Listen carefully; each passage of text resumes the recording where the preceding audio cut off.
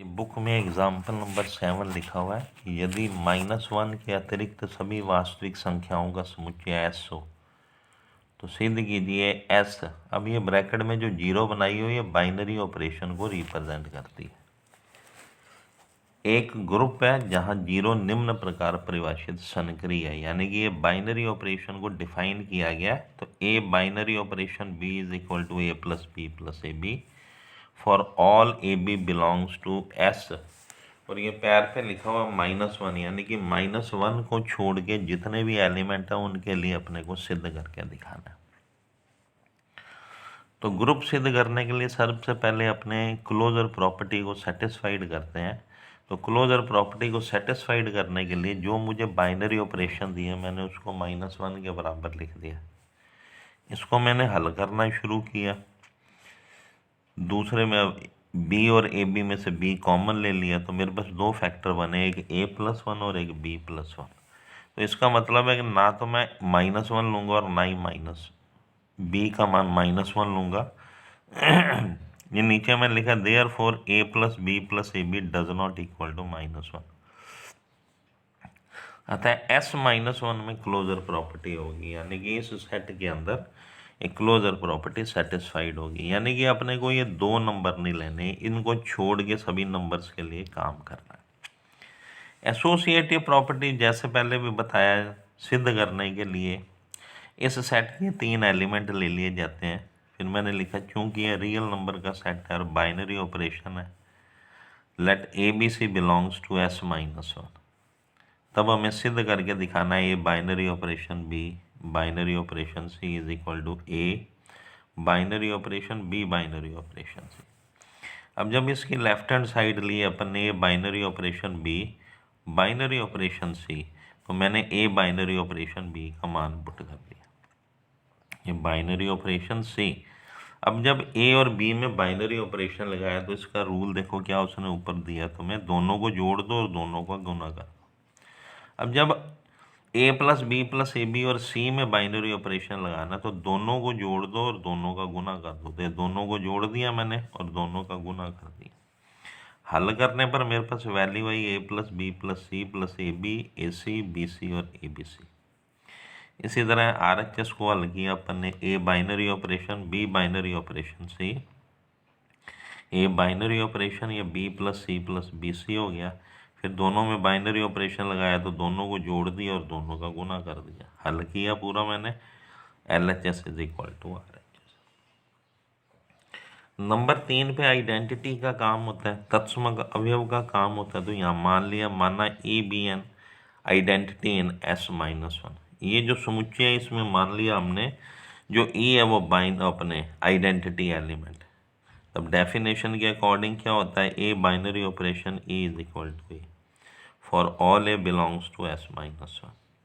अब यहाँ पे अपने बाइनरी ऑपरेशन लगाएंगे तो a plus e plus a is equal to a से ए कट गया, e 1 plus a is equal to 0। 1 plus a को 0 के बराबर रखेंगे तो a इज इक्वल टू -1 आ जाएगा, जो कि संभव नहीं है। तो a is equal to 0 s-1 में आइडेंटिटी है। इनवर्स का काम करना तो हमने अपनी तरफ से सपोज कर लिया कि a dash be the inverse of a। हमने अपनी तरफ से मान लिया कि जो a डैश है वो a का ही इनवर्स है। तब अकॉर्डिंग टू डेफिनेशन जो परिभाषा है उसके अनुसार a binary operation a dash का मान आइडेंटिटी के बराबर होता है। यहाँ पे अपन ने बाइनरी ऑपरेशन लगाया, दोनों को जोड़ दिया और दोनों का गुना किया, इज इक्वल टू ए का मान हमें पता है 0 के बराबर होता है। तो अगले स्टेप में मैंने 0 लिख दिया। यहाँ से मैंने a डैश का मान निकाला तो a को राइट हैंड साइड में ले जाके a डैश के लिए मान निकाला तो -a और 1 प्लस ए। अब यहाँ पे देखो नीचे 1 प्लस ए आ रहा है। अब 1 प्लस ए आने के कारण अपने पास रेस्ट्रिक्शन लगी हुई है कि a का मान -1 नहीं हो सकता, इसलिए इसका इनवर्स एलिमेंट हो गया। अतः s-1 0 एक ग्रुप है, ये हमने ग्रुप को सिद्ध कर दिया। तो ग्रुप सिद्ध करने के लिए मेन 4 प्रॉपर्टी तुमने हमेशा सिद्ध करके दिखानी है। Closure property, associative property, identity और इनवर्स।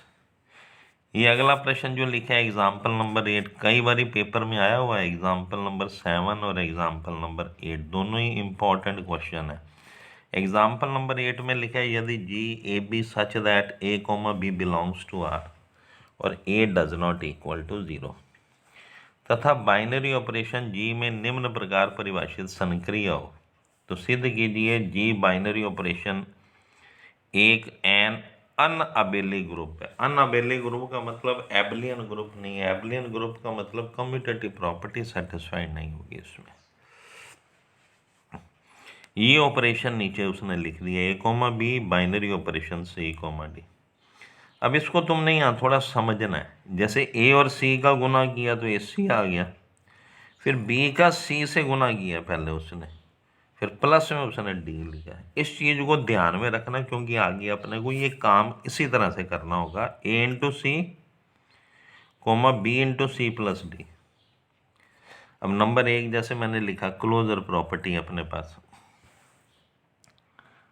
सिद्ध करनी है अपने को, तो क्लोजर प्रॉपर्टी के लिए 2 एलिमेंट ले लिए मैंने, एक ए कोमा बी लिया और एक c comma d belongs to R. और दोनों में कंडीशन ये है कि जो पहला एलिमेंट है वो 0 नहीं होना चाहिए। तो a does not equal to 0 और c does not equal to 0। अब a comma b binary operation c comma d apply किया तो a c plus b c plus d आ गया। ए सी ये कोमा लगा होना चाहिए, यहाँ पे ठीक कर लेना, ये प्लस नहीं है, तो a c comma b c plus d belongs to G. अब a c does not equal to 0, जब a does not equal to 0 तो a c does not equal to 0। दोनों डज नॉट इक्वल टू 0 होने के कारण ए सी का मान भी डज नॉट। पहली प्रॉपर्टी क्लोजर प्रॉपर्टी सेटिस्फाइड हो गई।